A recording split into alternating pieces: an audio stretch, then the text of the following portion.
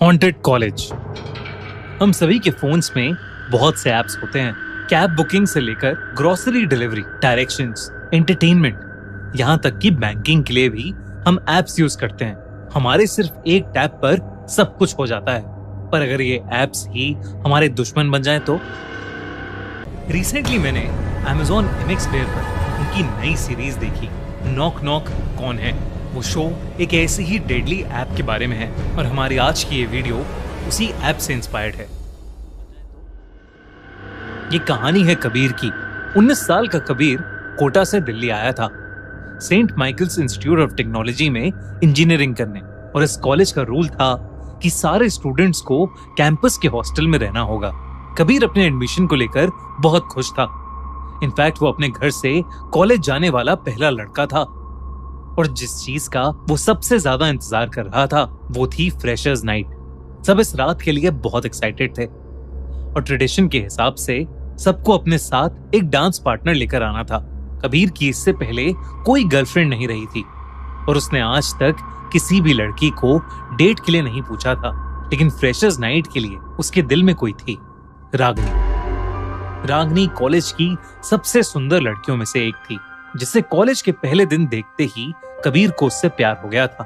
कबीर ने हिम्मत करके रागनी को फ्रेशर्स नाइट के लिए पूछा, और रागनी ने मुस्कुराते हुए हाँ भी कह दिया। रागनी ने कबीर से उसे शाम को पिक करने को कहा। ये सुनकर कबीर की खुशी का कोई ठिकाना नहीं रहा, और वो शाम को टाइम से पहले ही रागनी के हॉस्टल के बाहर पहुंच गया। उसे वहां रागनी मिली तो सही, लेकिन वो अकेली नहीं थी।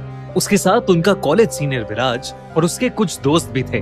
कबीर के आते ही विराज उसको कॉलर से पकड़कर मारने लगा, और बस यही कहता रहा कि फर्स्ट ईयर होकर उसमें इतनी हिम्मत कहां से आ गई कि उसने विराज की गर्लफ्रेंड रागनी को फ्रेशर्स नाइट के लिए पूछ लिया। उस दिन विराज और उसके दोस्तों ने उस मासूम से कबीर को बहुत मारा। जैसे जैसे वक्त बीता, विराज और उसके दोस्तों ने कबीर का जीना हराम कर दिया। वो उसे जहां देखते वहीं तंग करने लगते, और पूरी रात उसके हॉस्टल रूम के बाहर शोर मचाते, उसे मेंटली टॉर्चर करते। एक रात कबीर सोने की कोशिश कर रहा था, पर उसे नींद ही नहीं आ रही थी। कबीर जब करवट बदलते बदलते थक गया तो उसने अपना फोन स्विच ऑन किया। कहीं पर कुछ भी इंटरेस्टिंग नहीं था। कबीर फोन बंद करने ही वाला था जब उसे अपने मोबाइल के होम स्क्रीन पर एक अजीब सा ऐप दिखा, नॉक नॉक। कबीर को लगा कि गलती से किसी लिंक पर क्लिक करने की वजह से यह ऐप उसके फोन में इंस्टॉल हो गया होगा। पर यह ऐप था कौन सा जिसके बारे में उसने सुना ही नहीं था। ऐप खोलते ही उसे एक मैसेज आया, welcome to Knock Knock, an app that solves everything. नीचे एक ही बटन था, कंटिन्यू। थोड़ा हिचकिचाते हुए कबीर ने उस पर टैप किया। अगला मैसेज आया, make a death wish. Kabir मुस्कुरा दिया। आखिर एक ऐप क्या ही कर लेगा, ये सोचते हुए कबीर ने विराज का नाम वहां पर टाइप कर दिया। एक सेकंड के लिए स्क्रीन ब्लिंक होने लगी, फिर वो ऐप खुद बंद हो गया। कबीर को यह बात बहुत अजीब लगी, और उसने फिर से उस ऐप को खोलने की कोशिश की, पर अब वो ऐप उसके फोन से गायब हो चुका था। ऐप स्टोर पर भी नॉक नॉक नाम का कोई ऐप उसे नहीं मिल रहा था। उसने सोचा कि शायद उसके फोन में वायरस आ गया है, इसीलिए उसने फोन को फॉर्मेट किया और फोन साइड में रखकर वो फिर से गहरी नींद में सो गया। अगली सुबह कबीर की आंख उसके फोन की नोटिफिकेशन से खुली। उसने अपना फोन चेक किया तो सबसे पहले उसका ध्यान टाइम पर गया। वो क्लास के लिए बहुत लेट हो गया था। इसी चक्कर में वो नोटिफिकेशन के बारे में सब भूलकर फटाफट तैयार हुआ और अपने रूम से क्लास के लिए भागा। कॉरिडोर से गुजरता हुआ वो नीचे जा रहा था। तभी उसने देखा कि रूम नंबर 21, विराज का रूम, पुलिस टेप से सील हो चुका था। आसपास पुलिस वाले, हॉस्टल वार्डन और कुछ स्टूडेंट्स खड़े थे। कबीर ने पास खड़े एक सीनियर से पूछा कि वहां क्या चल रहा है, पर जो जवाब उसे मिला उसे सुनकर उसके रोंगटे खड़े हो गए। विराज का किसी ने गला काट कर मर्डर कर दिया था। वो कट इतना गहरा था कि विराज का सर उसकी बॉडी से अलग हो चुका था।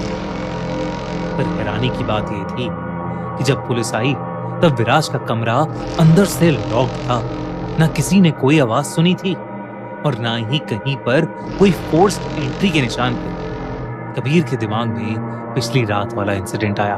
उसने तुरंत फोन खोला और देखा कि वो ऐप उसके फोन में फिर से आ गया था और उसे जो नोटिफिकेशन सुबह आया था उसमें लिखा था नॉक नॉक, प्रॉब्लम सॉल्व्ड। ये पढ़ के उसके हाथ से फोन गिर गया। पर ऐसा कैसे हो सकता था? कबीर ने फटाफट अपना फोन उठाया ताकि वो ऐप अनइंस्टॉल कर सके, पर कबीर उस ऐप को डिलीट ही नहीं कर पा रहा था। कबीर के पैरों तले जमीन खिसक चुकी थी। क्या विराज की मौत का कारण वो खुद था? इसी कश्मकश में फंसा कबीर कुछ ही क्लासेस के बाद वापस अपने रूम में चला गया। दोपहर हो चुकी थी। सब बच्चे क्लासेस अटेंड कर रहे थे और पूरा हॉस्टल खाली था। कबीर अकेला डरा सहमा अपने रूम में बैठा था। तभी उसके दरवाजे पर किसी ने नॉक किया। कबीर उठकर देखने गया तो दरवाजे पर कोई नहीं था। अब कबीर थोड़ा घबराने लगा था। उसने फिर से उस ऐप को अपने फोन से हटाने की कोशिश की, पर वो ऐप डिलीट ही नहीं हो रही थी। डर कर कबीर ने अपना फोन ही बंद कर दिया।